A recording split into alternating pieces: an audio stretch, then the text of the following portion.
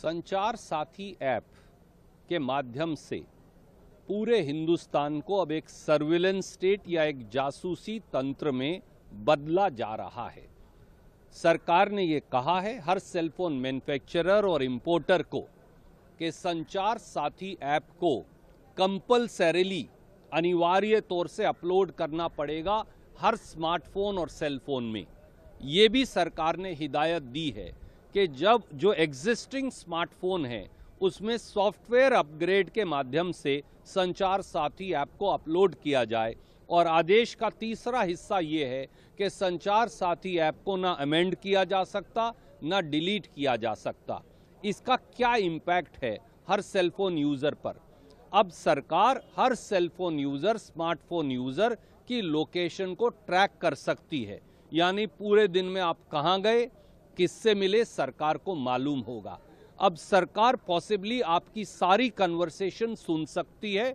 आपने किससे बात की ये सरकार को पता होगा, कितनी देर बात की ये भी पता होगा, किसको एसएमएस भेजा ये भी पता होगा, व्हाट्सएप पर किसको मैसेज लिखा ये भी पता होगा। और अगर आपके फ़ोन के ऊपर यूपीआई, रूपी पे या क्रेडिट कार्ड है तो आपने क्या खरीदा, किस पैसे में खरीदा, वो भी सरकार को पता होगा। आपके जो पासवर्ड या फोटो या पारिवारिक फोटो जो फ़ोन पे स्टोर्ड हैं उनकी एक्सेस भी सरकार को हो जाएगी। और खुदा ना खास्ता अगर किसी इंटरनेशनल हैकर या फॉरेन एजेंसी ने संचार साथी ऐप को हैक कर लिया तो करोड़ों करोड़ों जो स्मार्टफोन यूज़र हैं उनका सबका डेटा लीक हो जाएगा। बगैर अनुमति के ये अनिवार्य ऐप हिंदुस्तान के नागरिकों के सेल फोन पर जबरदस्ती अपलोड कैसे की जा सकती है? कौन से कानून के तहत ये किया जा रहा है? क्या कोई साइबर सिक्योरिटी ऑडिट किया गया? क्या स्टेक होल्डर से कोई चर्चा हुई?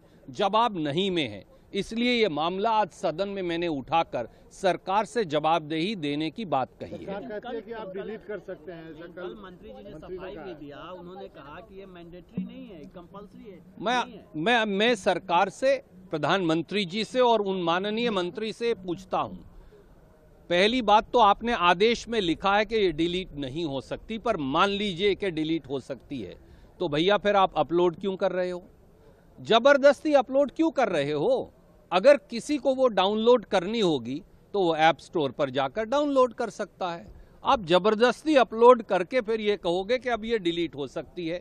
इतनी देर में अगर फोन का सारा डेटा चुरा लिया गया तो क्या मंत्री जिम्मेवारी लेंगे? क्या जवाबदेह होंगे?